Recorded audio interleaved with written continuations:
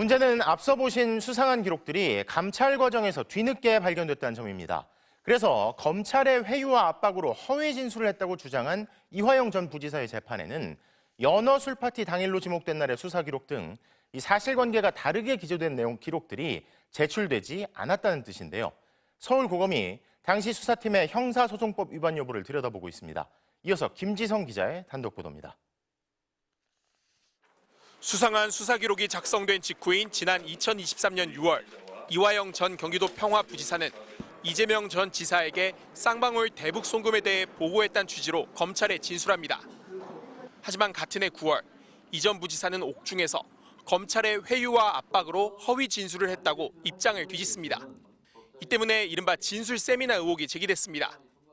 서로 교정을 해주는 이른바 진술 세미나를 반복적으로 했습니다. 김성태 씨가 오늘은 갈비탕을 먹고 싶다 그러면 갈비탕이 제공되어지고 짜장면이 먹고 싶다면 짜장면이 제공시키고. 구속 뒤 약 1년 동안 김성태 전 쌍방울 회장은 184회, 방용철 전 부회장은 125회, 이 전 부지사는 60회 수원지검에 불려나왔습니다. 그렇지만 공식적인 조사 기록인 조서 없이 수사 과정 확인서만 남긴 경우도 비일비재했습니다.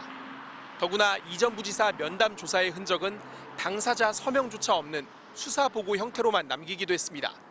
조사 대상자가 도착한 시각과 떠난 시각을 적어야 하는 규정도 지켜지지 않았습니다. 2023년 5월 23일 출정 일지상 세 사람이 수원지검에 온 시각은 오전 10시 45분이었는데 수사 과정 확인서와 수사 보고에는 오후 2시에 조사가 시작됐다고 적혀 있었습니다. 검찰 청사 안에서 오전에 무엇을 했는지는 기록이 없는 셈입니다. 심지어 출정 일지 말고는 면담 조사 관련 기록이 없는 경우도 있었습니다. 과거 대북 송금 사건 2심 재판부는 조서 없는 대질신문이 중대한 하자라고 볼 수 없고 설령 연어 술파티가 있었다 하더라도 이 전 부지사가 그런 일에 영향을 받았다고 납득하기 힘들다며 이 전 부지사의 진술 회유 주장을 받아들이지 않았습니다. 대법원 역시 징역 7년 8개월을 확정했습니다.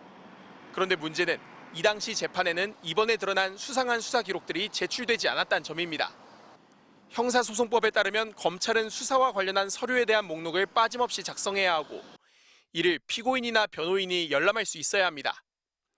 서울고검 인권침해 TF는 2023년 5월 수사 기록에서 세 사람 구속기간 전반의 수사 기록으로 검토 범위를 넓혀가면서 당시 수사팀이 해당 기록을 재판에 제출하지 않은 게 형사소송법을 위반한 것은 아닌지 들여다보고 있습니다. MBC 뉴스 김지성입니다.